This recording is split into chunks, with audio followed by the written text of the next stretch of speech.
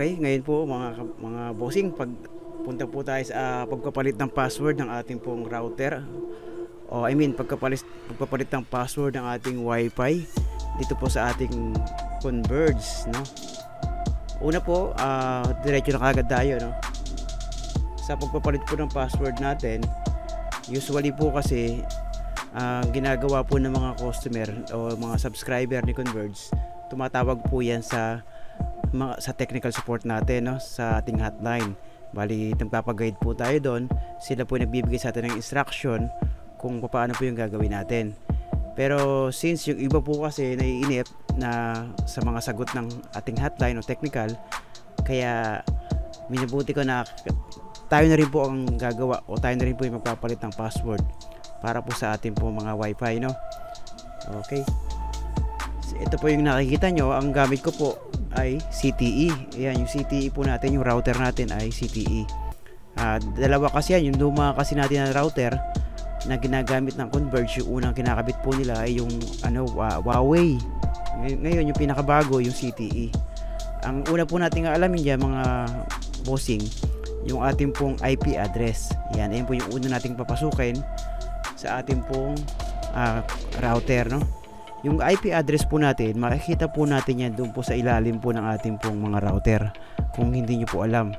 Pero since kung naka CTE kayo, parehas kayo ng router ko, ang ating pong router ay una, buksan nyo po yung inyong mga Google o ano man yung browser meron kayo dyan.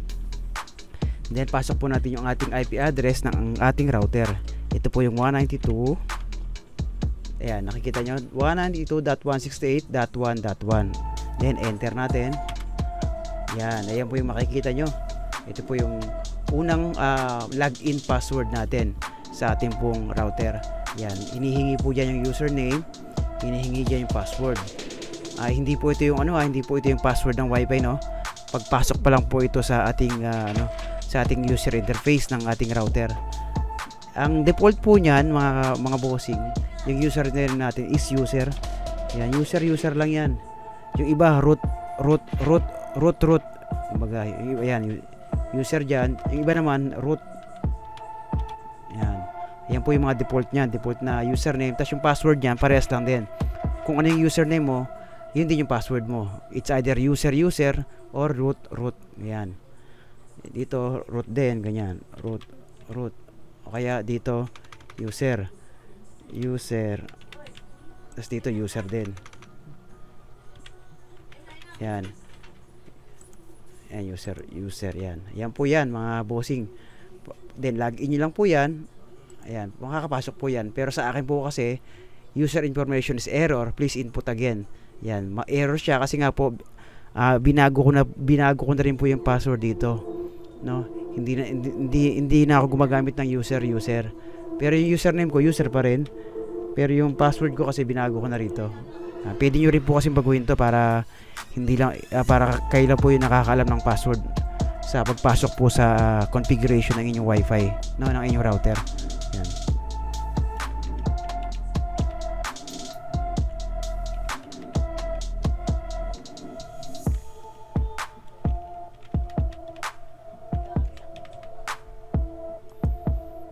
Ayan, nakalagin na po tayo. Pinasok ko na yung ating user tsaka password.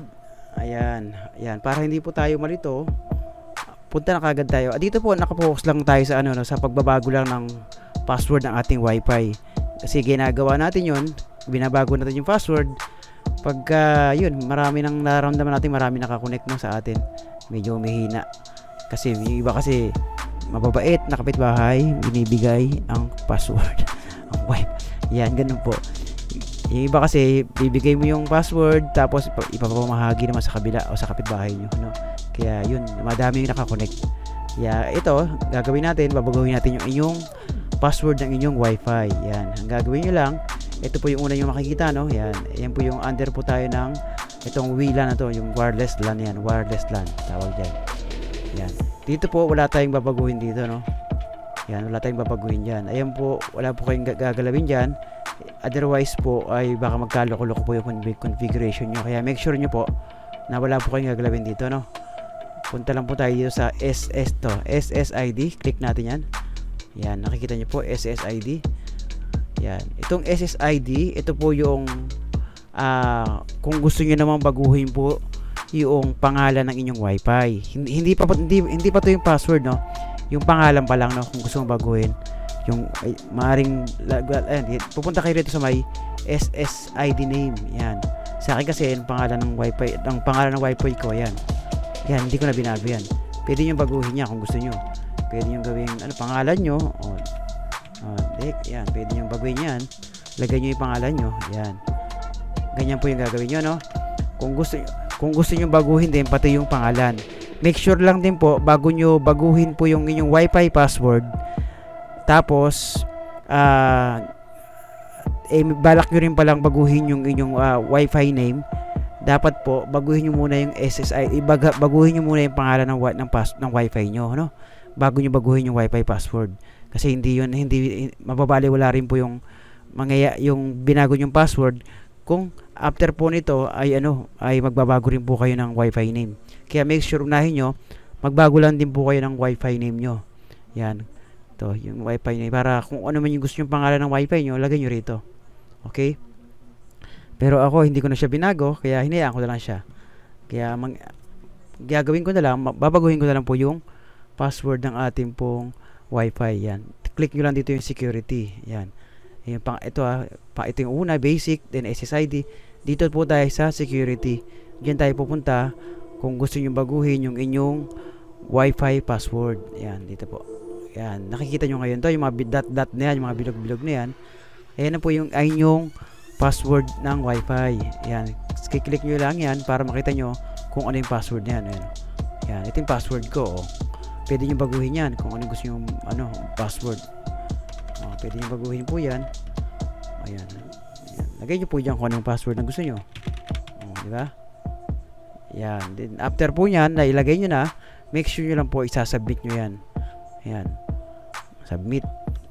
Then, pagka-submit nyo po yan, automatic po yan, magre-reload na po yan. Antayin nyo lang siya. Then, yun na po yung inyong password. Nabago nyo na po yun. Ayan. Ayan po. Ganyan lang po kasimple yung pagbabago ng password ng ating pong mga Wi-Fi router ng Converge, no? O kahit anumang parehas ng IP address, ganyan din po. Yan. Ngayon, para malaman nyo naman kung ilan yung nakakonect sa inyo pong mga Wi-Fi router, makikita nyo po yan dito sa associated device. Para makita nyo rin kung gaano na nakarami yung nakakonect. Yan. Baka po kapitbahay nyo na nakakonect sa inyo. Kaya check nyo rin yan minsan-minsan. Yan. Yan. Gaya po dito sa akin, no? 35 Mbps ako, pero kita nyo, nakakonect sa akin ito. Ayan. 1, 2, 3, 4, 5, 6, 7, 8, 9, 10, 11. Yan. Meron po tayong active na gumagamit ng Wi-Fi natin, no? 11 po sila. 11 yung bukod pa po dyan yung mga gumagamit ng LAN cable, no? Gaya ng ating PC. Yan. Ang ating mga TV box. Yan. Bukod pa po yun. Ito, mga nakakonect lang po dito yung mga yung mga Wi-Fi. Yan, nakikita nyo to, 11 BGN. Yan, mga Wi-Fi po yan, ibig sabihin yan. Ayan, yun na po yun mga bossing, ang ating pong simpleng pagpapalit ng ating Wi-Fi ng Converge. Yun.